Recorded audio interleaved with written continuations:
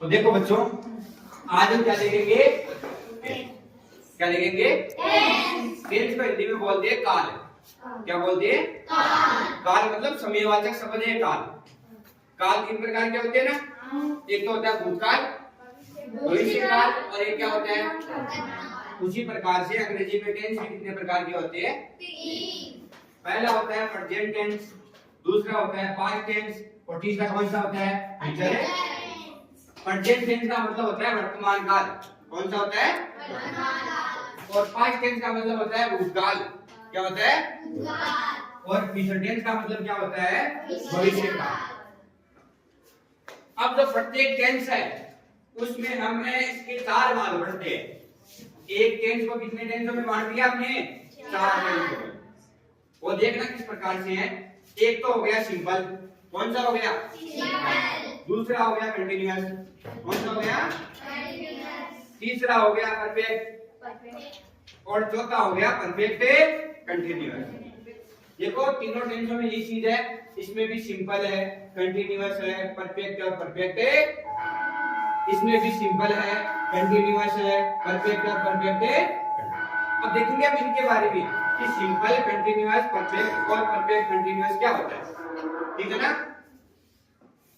Simple tense का मतलब होता है कोई क्रिया अभी भी घटी हो। क्या हो? कोई क्रिया अभी भी घटी हो, चाहे वो घटने का क्रम वर्तमान काल हो, चाहे भूतकाल हो या फिर क्या हो? भविष्य काल। लेकिन जस्ट अभी भी कोई घटना घटी है उसको हम किसमें शामिल करते हैं? सिंपल है टेंस में। इसमें शामिल करते हैं सिंपल है टेंस। जैसे कि वह खाना खाता है। क्या हो गया? वह खाना खाता है। ये तो हो गया वर्तमान। वह खाना खाता था। कौन सा हो गया? पास्ट मतलब भूतकाल। वह खाना खाएगा। कहां चले गए हम? फ्यूचर में। कहने का मतलब भविष्य काल। तो सिंपल का मतलब होता है जो क्रिया अभी भी घटी। फिर आता है दूसरा कंटीन्यूअस। कंटीन्यूअस का होता है कंटिन्यू, कोई भी चीज जारी रखना। क्या करना? कोई भी चीज जारी रखना। जैसे कोई काम है वो अभी चल रहा है, अपने समय में अभी चल रहा है, चाहे वो वर्तमान में हो, चाहे भूतकाल में हो या फिर भविष्य में, वो उस काल में चल ही रहा है। जैसे मैं आपको पढ़ा रहा हूं। क्या हूं? मैं आपको पढ़ा रहा हूं। ये तो मैंने आज बोला। और मैं कल क्या बोलूंगा आज के बारे में? मैं कल आपको पढ़ा रहा था। मैं आपको कल पढ़ा रहा। अगर यही चीज मेरे को फ्यूचर में बतानी है तो मैं क्या बोलूंगा? मैं कल आपको पढ़ाऊंगा या कल आपको पढ़ा रहा हूं। फिर आता है कौन सा अपना? Perfect tense. परफेक्ट का मतलब होता है जो कोई भी काम था वो अभी अभी जस्ट हमने पूरा किया है, अभी अभी उसको पूरा कर चुके हैं। वो तीनों समय में पूरा कर चुके हैं, चाहे वर्तमान काल हो, चाहे भूतकाल हो या फिर जैसे मैंने बोल दिया मैंने अभी आपको पूरा पढ़ा दिया है। क्या कर दिया? पूरा। तो मैं बोलूंगा मैं आपको टेंस पढ़ा चुका हूं। मैं आपको टेंस से पढ़ा चुका हूं। ये तो हो गया वर्तमान की बात। पास्ट में क्या बोलूंगा? मैं आपको टेंस पढ़ा चुका था। मैं आपको टेंस पढ़ा चुका था। या आप खाना खा चुके थे, आप स्कूल से घर जा चुके थे, आप खेल चुके थे। यही बात किसमें बोले? हमें फ्यूचर में बोले। तो मान लो कि कल हमारे कोई प्रोग्राम है, कल भविष्य काल में कल हमारे स्कूल में क्या है? प्रोग्राम। और वहां पर नाच गाने का प्रोग्राम है, सांस्कृतिक कार्यक्रम।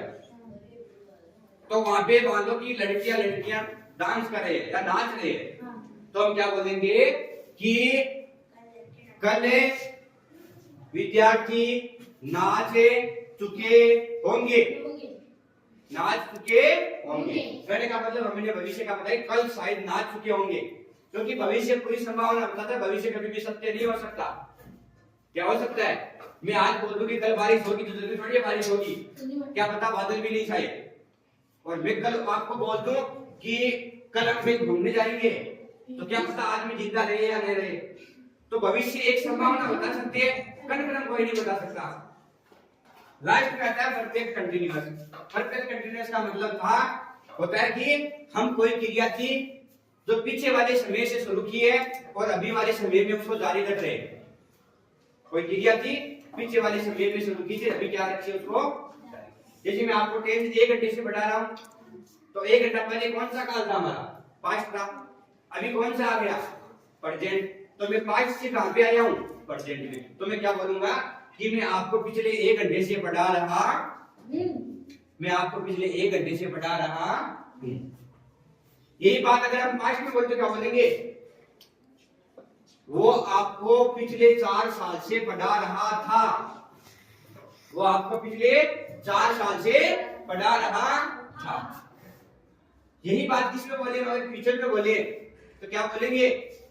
जैसे मान लो कि मैं पढ़ा रहा हूं, मैं यहां से चला गया और आप मेरे से पहले ही जा चुके हो स्कूल से, तो आप क्या बोलोगे, सोचोगे ना कि साहिल सर अभी पढ़ा रहे होंगे, तो आप क्या बोलोगे कि पवन जी सर हमें पिछले 4 साल से पढ़ा रहे होंगे।